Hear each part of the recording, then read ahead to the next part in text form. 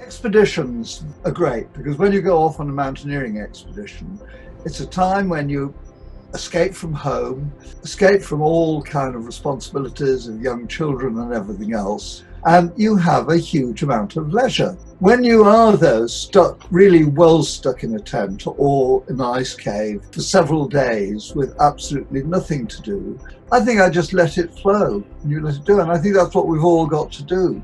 And you can then, in that period, you can think of all the nice things you'd like to be doing. The best thing of all is actually the initial dream of finding something that you really want to go and do.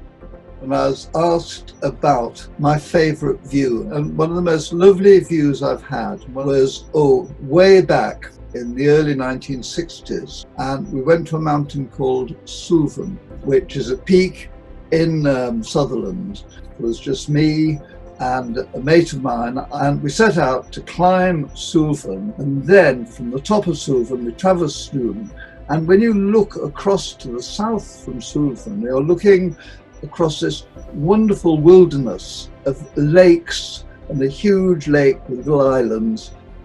That was one of the most wonderful experiences of my life.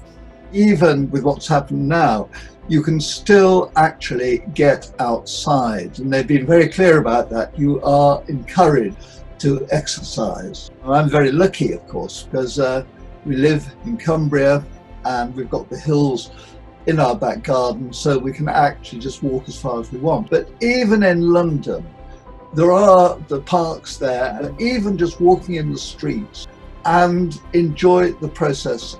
You've got to keep moving. You can't sit down. Well, I never do. I hate sitting down. When I walk slow and steady. And I think the important thing, this is going to come to an end. Maybe in 3 months, maybe in 6 months, but even if it's even longer than that, the hills will always be there for us. And I think the really, really important thing is that we do observe those government guidelines, stay apart, because they're there when we come back.